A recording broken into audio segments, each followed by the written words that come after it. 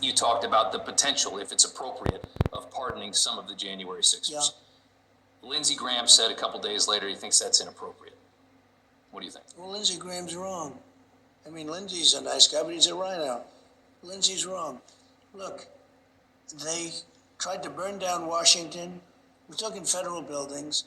They were terrible. Every Democrat city was on fire, and nobody says anything about it. Antifa and BLM were causing such problems, including death. Don't forget, with the exception of one young, fine woman, nobody died on January 6th. Nobody died on January 6th. They like to say 5 people, but nobody died on January 6th. Nobody was intentionally killed. The one person who died was Ashley Babbitt. She was killed by a ruthless man that never should have used his gun to shoot her. She was killed. And he's a hero to the left. That cop is a hero. I think it's a disgrace. And in fact, they wanted to shield him, but he couldn't get on television fast enough. I saw his interview. And he thinks it was great that he shot her and killed her. And she didn't have a gun. She didn't have anything. There was no reason to do that.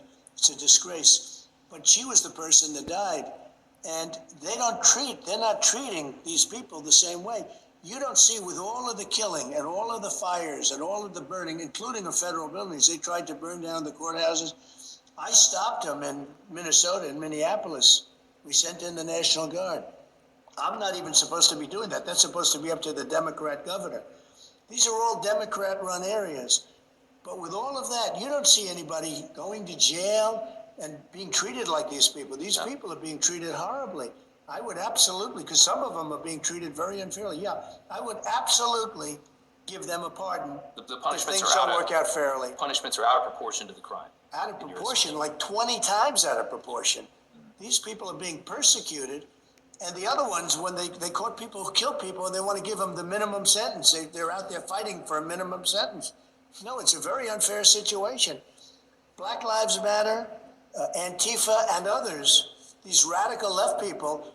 I mean, you have the vice president trying to bail everybody out of jail, but they weren't in jail very long. It was pretty easy to do.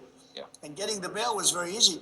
These people are in jail, in a horrible, disgusting, dirty jail, so bad that the court system, which is very left, is angry that people have to live like this.